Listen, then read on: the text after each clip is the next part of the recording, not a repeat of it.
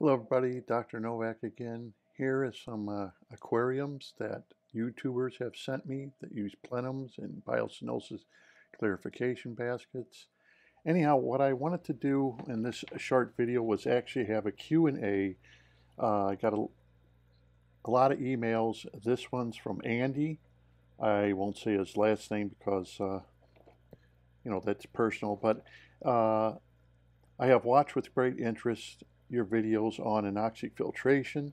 I was hoping you could answer some questions for me since I am getting ready to tear down my 29-gallon tank and rebuild it with a plenum. Thought it would work in IT now. I do have a BS in biology and with a specialization in genetics and microbiology, so feel free to get as technical as you want. Which I thought this is a good email that I should actually be talking to everybody about, only because of the fact a lot of questions he asks are constantly being asked of me from other hobbyists. Okay, question number one. When building a plenum using under gravel filter plates, is it best to use clay, cat litter, and an iron source, or can you just use regular substrate? You can use regular substrate. It is not mandatory that you use the clay and iron source. What I have done is I will put down my substrate I like, your preference, and then I would add like a iron source like laterite, which you can buy right off the internet, and then I would add the rest of my substrate. So no, it is not mandatory that you use kitty litter or clay when building a plenum.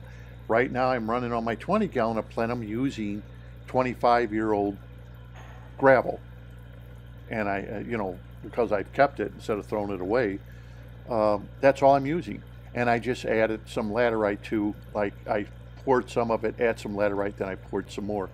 No biggie. You can do it that way if you want. You can use gravel. A plenum is not a BCB basket and as per se of what it will exactly perform. It will perform like a BCB basket, but not quite as well. But don't worry about it. It will perform good enough for most hobbyists that are out there, and you'll have no problems. Okay, I wasn't sure if the clay and laterite was needed for a plenum or just a biocenosis clarification basket. Okay, so no, the laterite's good because if you are using a substrate like me, like I'm using gravel, it will add an iron and magnesium source and other trace elements to that substrate to help. I do want to make this very, very clear that no, it is not mandatory that you use kitty litter or you use oil dry or any of those products when you are building a plenum. And that's the good thing about building a plenum. You could use whatever substrate you would like. If it's rich in iron, a lot of people will use the fluval red, and they will put that down first, and then let's say they add at least a half inch, an inch of that, and then they'll put down the substrate of their choosing over that to cover it, because they may not like the way it looks. Perfectly fine. Okay, and then you can make your substrate 2-3 inches, whatever you want, so your plants have something to grow in, and that should do you. Okay, question number 2. If I do need to use iron source and clay, can it be capped? Of course it can. Can I put down a layer of clay and a layer of iron, another layer of clay, then cap it with a coarse sand? I'm using black diamond blasting sand as my substrate. It looks like a coarse sand. It is iron silica. An iron silicate will, remember, it can attract and grow algae. Your algae that do attract to silicate substances. Okay, just remember that. There are algae that grow in your glass, will grow on sand and stuff like that because it is a silicate substrate. So just remember, you've been told, but it's good if you use it. It may or may not happen, but if it does happen, you'll know why it happened. Would that tank work as an iron source, or does it silicate build it up and make it accessible to bacteria that need it? Okay, you can cap it. You can do whatever you want. You can make it in layers. That's perfectly fine. There's no one saying that you can't make your substrate in layer. Then you can cap it off like he's going to use a black coarse sand. Perfectly fine. Okay, and cap it off and have a I would highly recommend, if you're going to do something like that, make a slow moving plenum versus just a plenum, because it will help move the water a little bit easier through that tight sand that you're going to be using, that coarse sand you're going to be using. It will help. And I'm telling you this because back in the 70s, when we had aquariums and they placed sand on the bottom of the aquarium, like with rays and stuff like that, and the sand was thick, and I'm talking over an inch or more, we noticed blackening of the sand, and the rays were not doing so well. Well, what's going on here, you know? And some aquarium stores had problems. So that's what we found out, that the sand, because it was just such a tight matrix of a medium, that it would create anaerobic conditions, and that affected the rays in turn because of that. So those tanks then were moved, or the sand became thinner, so you wouldn't have quite that problem. Instead of making an inch or inch and a half of sand, you know, they redid the tank and made the sand a lot thinner, so the rays, when they move it, you know, oxygen's constantly getting in there, and the problem was solved. Okay.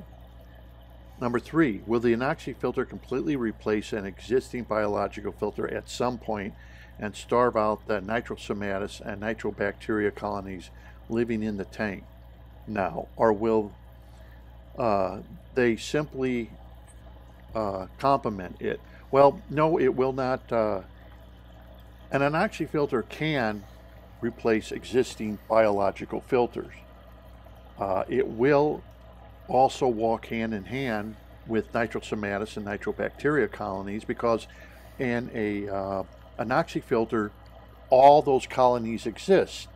As water is going into, let's say, a BCB or a plenum, the oxygen that is there available to aerobic bacteria, okay, is still there. So therefore you will get more aerobic bacteria growing as the oxygen is coming into the substrate.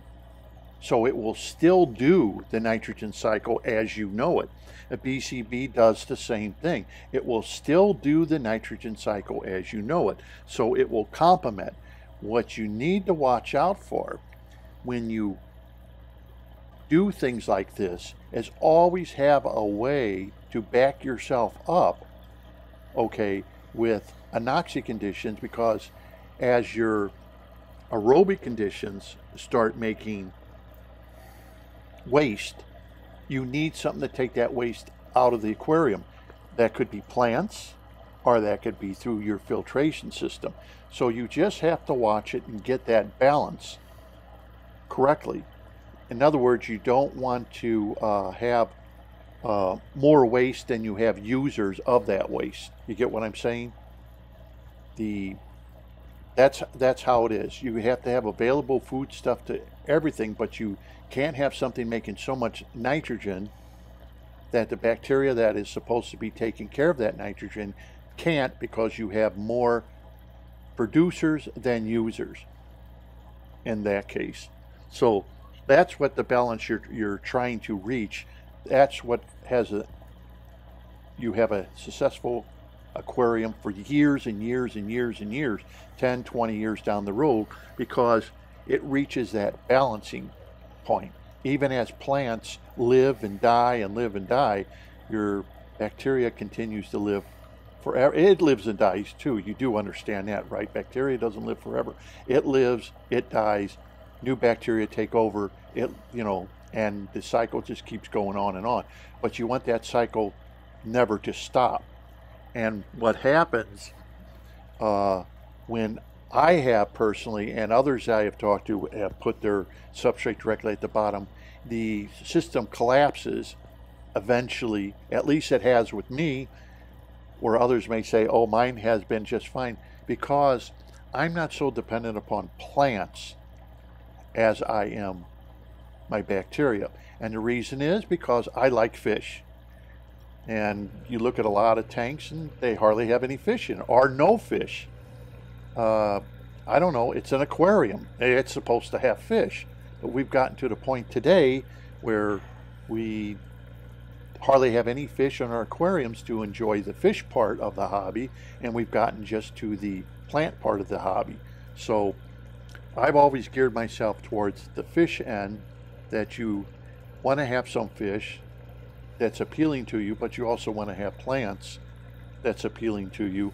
So you have to meet that compromise between the two instead of giving up one to have the other. Okay, that's what it seems like hobbies are doing. They're giving up one to have the other, and you don't have to do that.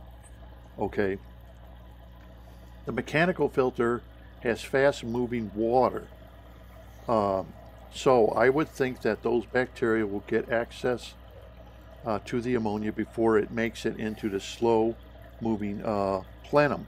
And he's absolutely right. The canister filter, if you put a BCB in your canister filter like I did my ADA, yes, the water is moving fast, and all your sponges you have in there or whatever, they're going to grow bacteria on it. Within 30 days, you'll probably have a whole colony of bacteria, which will be doing your Somatis and Nitrobacteria colonies will grow on that. And then your BCB, as the water passes it, will also have those colonies on it. And as the water penetrates deeper and deeper inside the basket, then other colonies will start existing, like your facultative anaerobic bacteria. That will start colonizing. And remember that the bacteria is a dimorphic bacteria, which means it's able to live in oxygen and oxygen-free zone. It only has the name anaerobic because it's able to live in completely void of oxygen, where it will steal its oxygen from nitrates and phosphates. Okay, so that's the colony of bacteria you want. You don't want anaerobic bacteria, which will only take nitrogen then and turn it back into ammonia. And then the ammonia needs to be broken back down and turned back into nitrates. And then nitrates have to be, you get it? It's just a continuous cycle is what you have. When adding a plant fertilizer, I use Aquarium Co-op's brand. It's a good brand. Aquarium Co-op's is a decent brand. It's cheaper than some of the older brands that have been out there with some of these companies. It's decent. I don't work for Aquarium Co-op or anything, but from what I've heard, it's a very decent brand. If you are using some of the other brands, you just try a bottle of that. Will any of the ions in the filter be taken up by the plenum before the plants get a chance to use it? Now, I imagine he's talking about the fertilizer. I'm assuming that's what he's talking about. Will it be taken up before the plants get to use it? Actually, just the opposite happens. So if you put plant fertilizer in your aquarium and you are using a plenum, you have twofold. One, you are bringing your water into the substrate easier. You are also bringing, if you're using CO2 into that substrate. You're impregnated water with CO2. And as we know, the roots of your plants will then take that CO2 and send it off to the leaves. So you have better utilization of your CO2. And this is why sometimes when using a plenum or slow-moving plenum, You can use less CO2 because the utilization of that CO2 is better, because not only the leaves can take it in, but the roots can get to that CO2 impregnated water and send that off to your leaves, along with your fertilizer that you put into aquarium. So you have better utilization of that particular fertilizer that you're using, the ions that are in there. And let's see, and is the lack of need of root tabs direct result of slow moving water through the plenum, allowing required nutrients to pass through the substrate so the roots can't get access to it? Well, I think I just answered that. Right. Root tabs now are kind of obsolete, and I know some people don't like me saying that, but once you start moving the aquarium water through the substrate real slow, you're bringing nutrients with it. You're bringing your ammonia, you're bringing your nitrites, nitrates, anything is going in there slowly. The use of aquarium tabs is not as much needed, and the proof is the crip you see here is being grown without any root tabs, just in gravel. So this is proof positive right here. It's using CO2 and whatever nutrients that are in the aquarium under, I would say, bright light. And so this is proof that yes, once you can get those nutrients to the roots, root tabs are kind of obsolete. The only reason you need root tabs like they use in ponds and stuff like that, because water movement in the pots they use is almost non-existent, so they put a root tab in there so the plant at least has something to feed on. Where, as I showed you pictures of when people use an Anoxic filtration system and they put the iron in there and use the kitty litter, since nutrients are coming in from the pond, the water lilies and stuff, they didn't need root tabs. They grew perfectly fine year after year after year and outgrew their pots and everything. And people were amazed that you don't use any root tabs. No, you don't need to use root tabs anymore, because you're getting what's in the water body into the BCB basket. So the roots of the water lilies now have it available to them, and they will then grow more what they call profuse root hairs on the root system. And you could see that whenever you pull out a plant that'll have more profuse root hairs growing on the root system to take what's available in the substrate. Where if you make the plant lazy, then it won't grow as much of the root hairs. Okay, it doesn't need to, but you want the plant to work for you and do more work than just what it's already doing to help clean your water. That's why I would tell people, yeah, I have 21 baskets, BCB baskets, but I only have 4 water lilies, because the baskets themselves were bringing in nutrients and stuff into the basket, and I didn't need a lot of plants to balance out the pond, even though the pond was way overstocked. Okay, 5th question. Is it a good idea to put anything under the gravel filter plates, or should I leave it bare? You can. One hobbyist in New York, I'm going to do it. Just sprinkle a little something underneath there, because see, it's not really going to get dirty. Now, yeah, you may have some small substrate go in your under gravel, which is normal. It's been going on for years, ever since the invention of an under gravel filter. But in your plenum, yeah, you could have a little bit of substrate go down there. It's not going to hurt anything. But if you do put something down there, like I suggested, like that Eheim stuff or something like that, you're only going to put a little bit down there. You're not going to block any of the water movement or anything like that.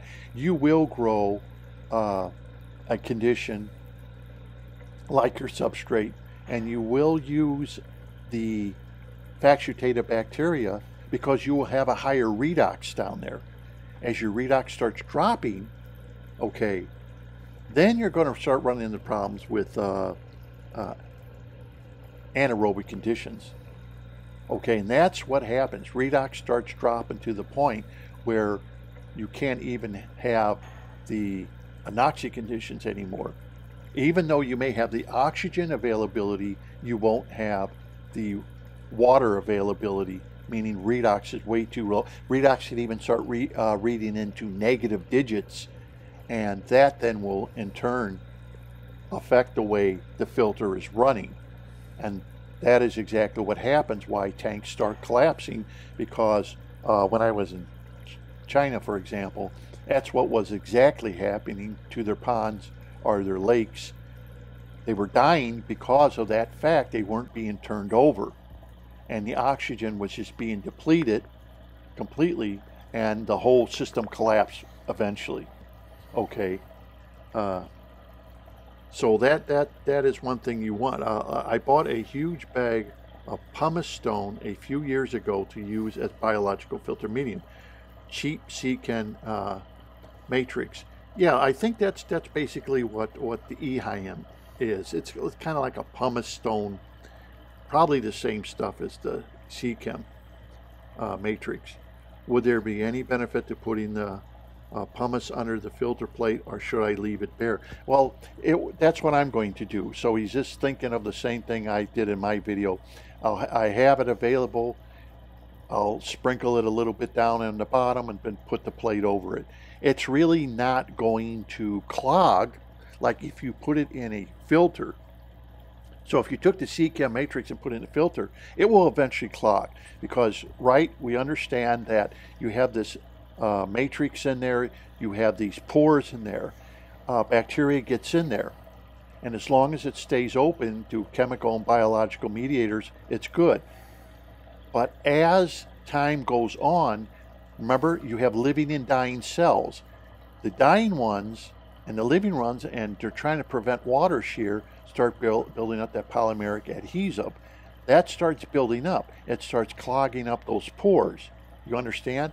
And when the pores become clogged, then all you basically have is an outer shell of what you originally put in there. That's why very long ago they would say, you know, don't use a lava rock or something, because all it does is become clogged up, because the pores are of just the right size where they won't stay open. Like, for example, if you used a tufa rock, which the pores are bigger, so they wouldn't become clogged up, tufa rock. But if you use something with a very small matrix, pores are very small, those pores will become clogged up from the polymeric adhesive, because remember, they're trying to prevent water shear. The bacteria are trying to fight the water shear so they don't come off.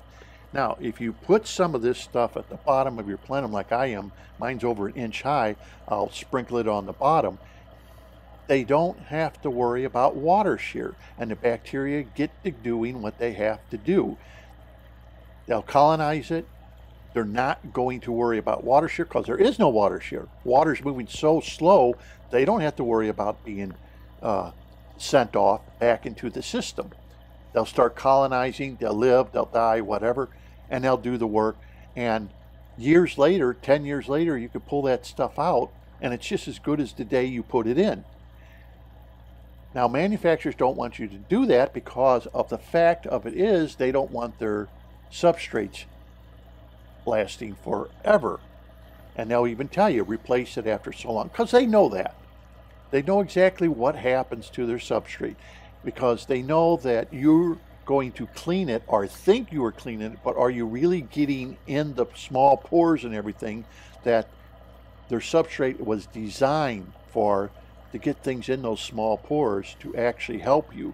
And they know it, they eventually clog up, and trying to open up those pores again means you're going to have to take the substrate, you're going to have to clean it real good, you're going to have to clean it with bleach, and it's a big, and then you're going to have to put it out in the sun and bleach it out with the sun. It's a long process to reopen up all those pores again. Or a long time ago, what we used to do is take that kind of stuff and put it in a 600-degree oven and burn everything off. They would say you could do carbon that way, but carbon needs a hotter even oven than that. But, you know, 500-600-degree oven for an hour to burn everything off that could be blocking the pores. That's a lot of work, a lot of expense. So That's why they recommend just buy new. In this case, putting a little bit underneath the plenum, no, you'll never have to buy new. It'll be as good as the day you put it in 10 years later.